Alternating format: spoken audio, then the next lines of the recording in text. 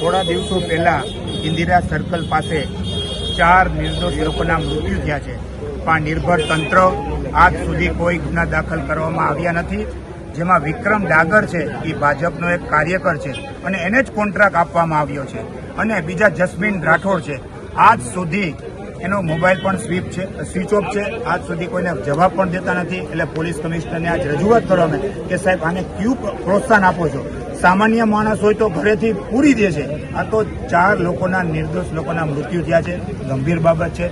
આ બારામાં અમારી શહેર કોંગ્રેસ પરથી રજૂઆત છે. ખરેખર એમાં તો ક્યાંક ને ક્યાંક ભાજપના અને પદાધિકારી આમાં સામેલ છે, એટલે એની સામે પગલાં લેવામાં આવતા નથી. એટલે અમે પોલીસ કમિશનરને આ જ રજૂઆત કરવાની, સાહેબ તમે આની સામે ક્યું પગલાં લેવામાં નથી આવતા? એટલે કમિશનરને આ બારામાં રજૂઆત કરવામાં આવી છે. એ કમિટી તો નાટક છે, ખાલી લોકોને મૂર્ખ બનાવે છે. એ તો હમણાં 15 દિવસમાં સંકેલી લેશે કમિટી. આ ભાજપના સીધો દોરી સંચાર છે, એટલે એની સામે કોઈ પગલાં લેવામાં આવતા નથી.